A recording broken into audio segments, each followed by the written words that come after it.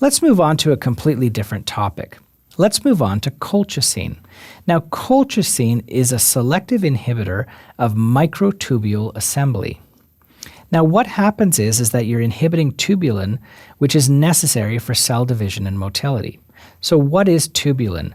We can think of tubulin as a combination of a girder, or something that holds a building up, and a communication tube that moves one thing to another from one part of the cell to another.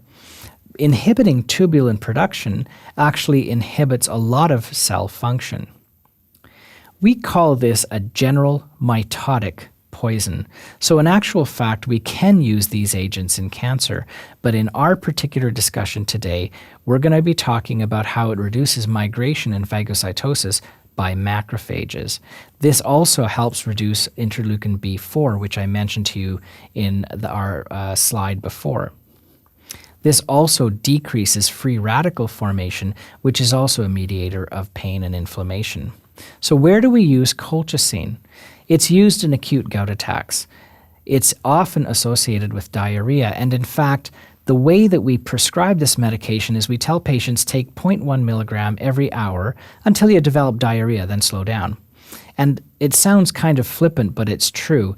It's a very effective agent. It's very, very potent, except for the fact that it causes diarrhea. It would be a perfect drug for treating gout. Chronic gout prevention is treated with 0.6 milligrams once a day. Now, we also use this for pericarditis treatment and prevention. What we do is we start off with 0.6 milligrams a day, or sometimes even twice a day, and then we go down to once a day for 3 months. So treating a patient for 3 months with colchicine actually reduces the recurrence of pericarditis in a patient who had pericarditis before. Interestingly enough, we also use this for a disease called familial Mediterranean fever, and that treatment dose is 0.6 milligrams twice a day. The toxicity of colchicine, an overdose, can cause liver, kidney, and other organ failure. Remember that toxicity can be fatal, so if you have a patient show up in your ER who's taken a lot of colchicine, you have to pay close attention to these patients. Other drugs used in gout include the uricosurics.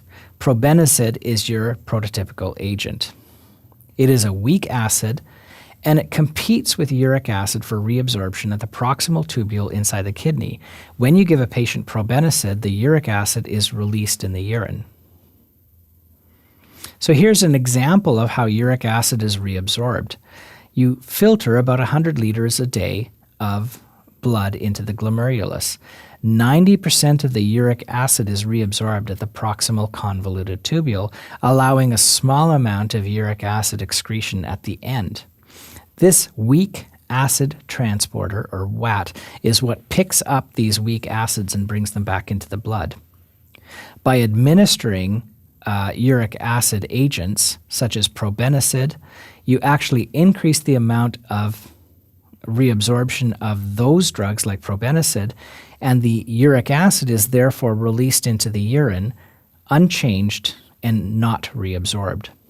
Now, at low doses, these uricosuric agents also compete with uric acid for secretion, so that causes an increase in uric acid levels as well. So, a similar phenomenon also occurs with aspirin. This causes an elevation of uric acid. So, the bottom line is this, is that these drugs are uricosuric. They do promote release of uric acid in the urine. However, they can also predict or promote an acute gout attack too. So you have to be very careful using these drugs.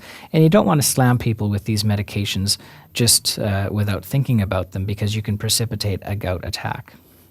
The uses of the uricosurics is treatment of chronic gout. Let's talk about the xanthine oxidase inhibitors. At one time, these were the mainstay of gout treatment.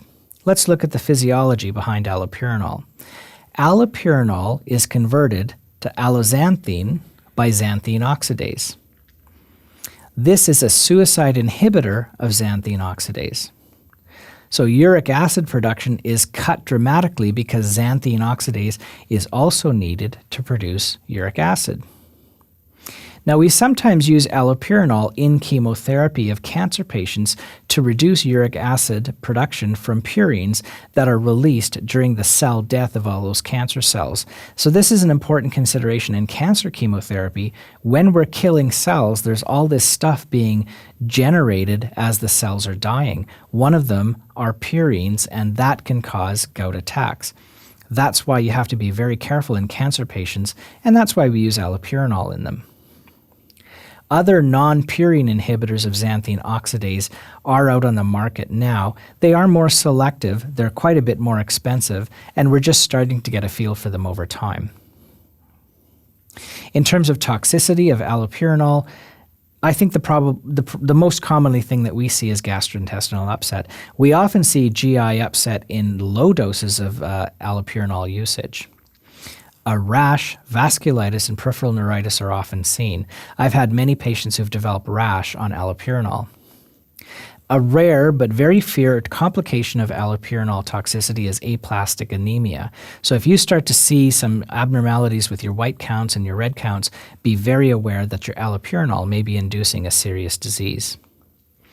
With respect to the newer xanthine oxidase agents, these agents can cause gastrointestinal upset as well as liver function abnormalities, and of course, you can get a headache.